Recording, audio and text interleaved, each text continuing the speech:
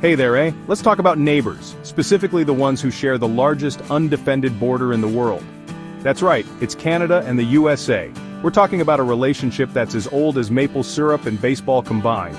Canada and the USA, we're like those siblings who borrow each other's stuff, occasionally bicker over who makes the best beer, but deep down we need each other.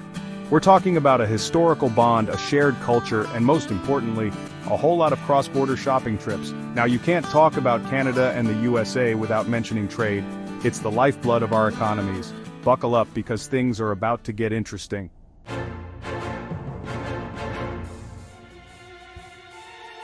For decades, the North American Free Trade Agreement, or NAFTA, as the cool kids call it, was the bedrock of our trade relationship. Signed back in '94, this trilateral agreement between Canada, the USA, and Mexico was a big deal. NAFTA made it easier and cheaper to trade goods and services across borders. But then, like a plot twist in your favorite drama, everything changed. Get ready for some high-stakes drama, folks.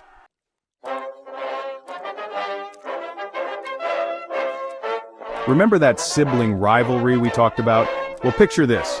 It's 2018 and things are about to get a little tense.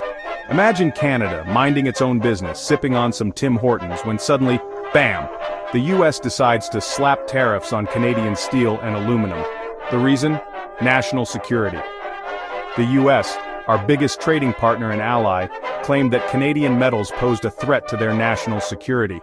The Canadian government was caught off guard.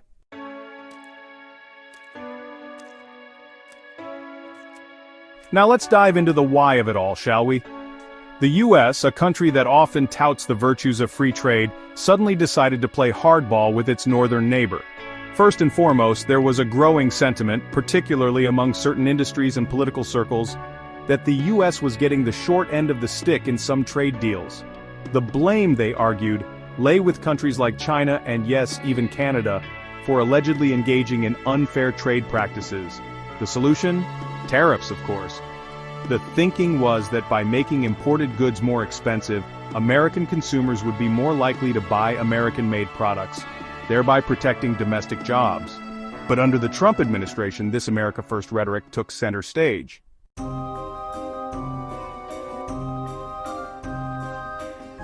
Now let's talk about the man at the center of it all, then President Donald Trump. A businessman with a penchant for bold pronouncements and unconventional tactics, Trump had made trade a cornerstone of his presidential campaign. For Trump, tariffs weren't just an economic tool.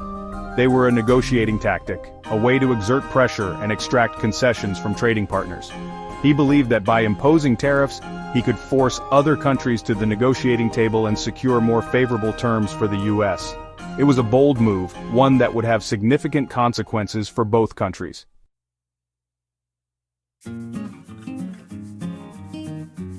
The U.S. government's decision to slap tariffs on Canadian steel and aluminum, citing national security concerns, was met with a collective, "say what?" from Canadians coast to coast. It seemed absurd, even insulting, that Canada, a steadfast ally and neighbor, could be perceived as a threat to American security.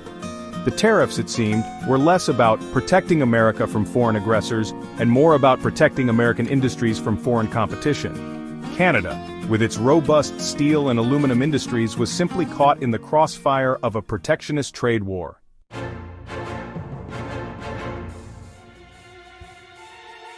Now, Canadians are known for being polite, even a little too polite sometimes, but push us too far, and you'll see a different side of the Great White North. When the US imposed tariffs on Canadian steel and aluminum, Canada didn't just take it lying down. The Canadian government, led by Prime Minister Justin Trudeau, responded with a carefully calibrated counterpunch retaliatory tariffs on a range of US goods. These tariffs weren't chosen randomly.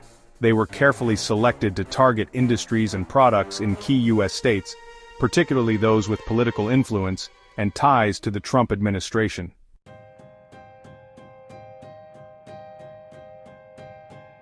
Canada's retaliatory tariffs weren't just about inflicting economic pain, they were also about sending a message, both to the US government and to the world. By targeting specific products and industries, Canada aimed to highlight the absurdity and the hypocrisy of the US position. This targeted approach was a departure from Canada's traditional diplomatic style, often characterized by restraint and a preference for multilateralism. The gloves were off, and the world was watching.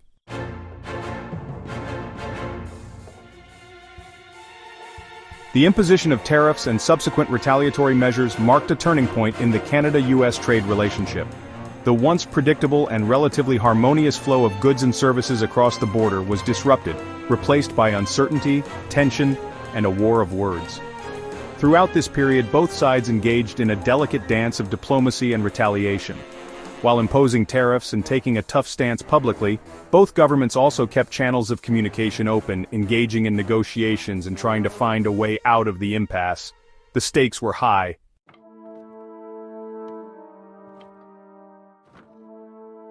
Let's face it, nobody wins in a trade war. But when one country is significantly larger than the other, well, let's just say the smaller guy often feels the pinch a little more.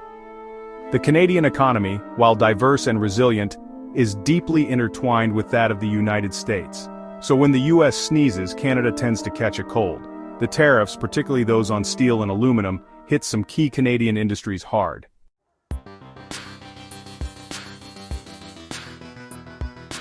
Now, you might think that the US, with its massive economy, would be immune to the negative effects of a trade war. But you'd be wrong. While the overall impact on the US economy was perhaps less pronounced than in Canada, the tariffs still managed to inflict some pain south of the border. American businesses that relied on Canadian imports faced higher costs, forcing them to raise prices, cut production, or even lay off workers. The tariffs also had a knock-on effect on American consumers, who faced higher prices for a range of goods.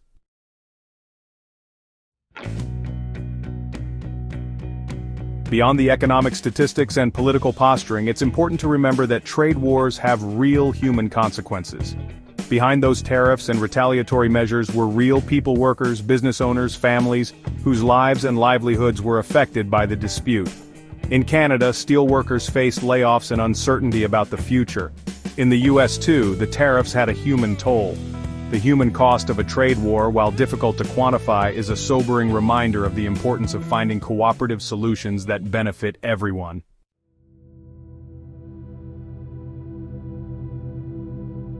Justin Trudeau, Canada's charismatic Prime Minister, found himself in an unenviable position. His southern neighbor, under the leadership of the unpredictable Donald Trump, had just slapped tariffs on Canadian steel and aluminum, citing national security concerns. Trudeau, however, chose a different approach. While remaining firm in his defense of Canada's interests, he adopted a calm and measured tone, emphasizing the importance of dialogue and diplomacy.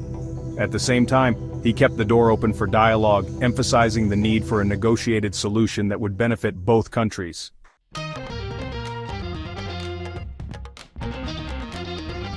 Donald Trump, never one to shy away from the spotlight, took to his favorite platform, Twitter, to air his grievances and outline his trade strategy. In a series of tweets, he accused Canada of unfair trade practices, threatened further tariffs, and generally kept the world guessing about his next move. Canada has been ripping off the United States for decades on trade, Trump tweeted, his trademark hyperbole on full display. They charge massive tariffs on our products while we have been too nice, stupid, to do the same to them. No more. Trump's tweets, often sent in the early hours of the morning, became a source of both amusement and consternation for world leaders and trade experts alike. His unconventional approach to diplomacy, characterized by bluster, threats, and a disregard for traditional norms, kept everyone on edge. While Trudeau was busy engaging in quiet diplomacy, working the phones with world leaders and seeking support for Canada's position, Trump was firing off tweets, seemingly more interested in scoring political points and playing to his base than in finding a mutually beneficial solution.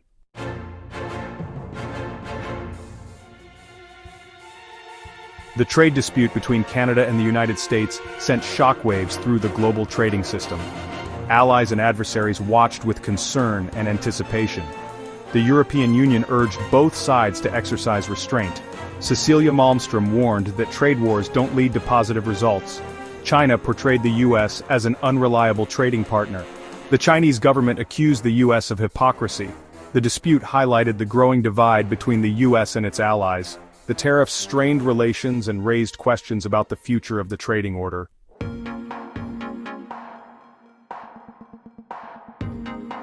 Remember NAFTA, that trade deal that had been around since the 90s? Well, it was in for a makeover, courtesy of the Trump administration. With tariffs flying and trade tensions simmering, the US, Canada, and Mexico sat down to renegotiate the terms of their economic partnership. These negotiations were about more than just tariffs on steel and aluminum. They touched on everything from dairy and auto manufacturing to intellectual property and digital trade. The US, under the banner of America First, pushed for concessions on a wide range of issues, aiming to reduce its trade deficit and bring back manufacturing jobs. Canada, while open to modernizing NAFTA, was determined to protect its interests, particularly in key sectors like agriculture and auto manufacturing. The Trudeau government walked a fine line, trying to be flexible and pragmatic while also standing up for Canadian workers and businesses. The negotiations were long and often tense, with each country playing hardball and digging in its heels on certain issues. There were moments of optimism, followed by setbacks and renewed threats of tariffs. The stakes were high, and the outcome remained uncertain for months.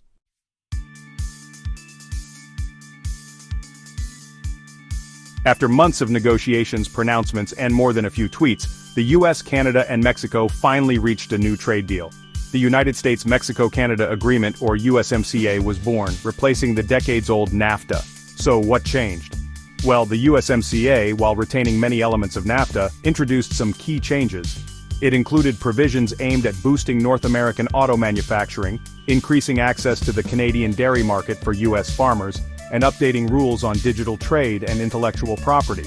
The USMCA was hailed as a victory by all three countries, though each leader naturally emphasized the aspects that were most favorable to their respective constituencies.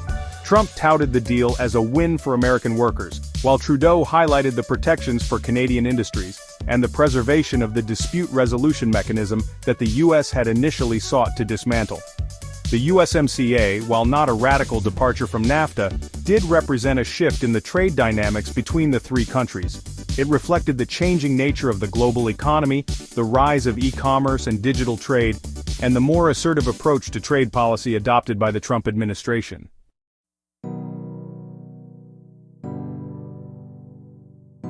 The USMCA didn't erase all trade tensions between Canada and the US. The agreement was the product of hard bargaining and acrimonious negotiations. The US used tariffs as leverage, prioritizing its own interests. Despite the USMCA, challenges remained. The Trump administration imposed tariffs on Canadian goods, citing national security. The Biden administration maintained some tariffs to protect American jobs. Canada continues to advocate for the removal of these tariffs. Canada is diversifying its trading partners to reduce reliance on the US. The trade relationship remains deeply intertwined and mutually beneficial. Recent events underscore the complexities and challenges of this relationship.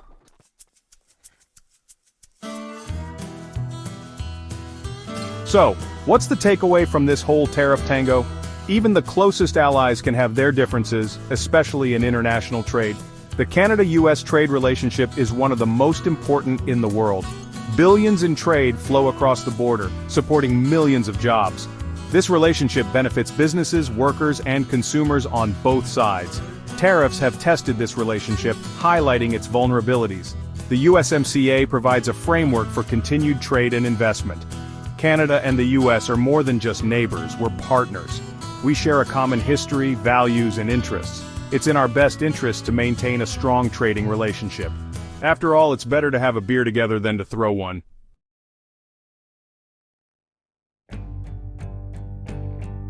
Well folks, there you have it. A trade spat between two best buddies got out of hand. Tariffs flew, tweets erupted, and economists twirled their calculators. Trade wars disrupt supply chains, hurt businesses, cost jobs, and drive up prices. It's like putting out a fire with gasoline. Even close allies can have differences. International trade is complex and consequential. The Canada-US trade relationship is fragile. Dialogue and diplomacy are crucial. Finding common ground is key. Despite tensions, Canada and the US recognize the importance of working together. They preserved their economic partnership.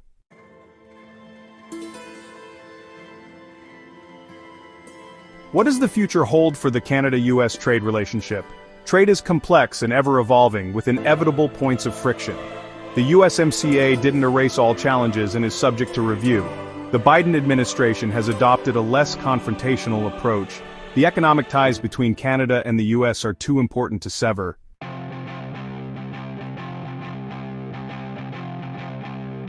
In the end, folks, it boils down to this: Canada and the US need each other. We're neighbors, friends, allies, and trading partners. We share a continent, a history, and a set of values. And while we may have our differences from time to time, we're always stronger when we work together. Open borders and open trade have brought enormous benefits to both countries. They've created jobs, boosted economies, and fostered cultural exchange. It's no coincidence that the Canada-US border is the longest undefended border in the world. It's a testament to the trust and cooperation that have long characterized our relationship. So let's raise a glass of Canadian beer for our friends up north, and maybe a bourbon for our American pals down south, to the importance of keeping those borders open, those lines of communication open, and those minds open. After all, in today's interconnected world, cooperation isn't just a nice idea, it's the only way forward.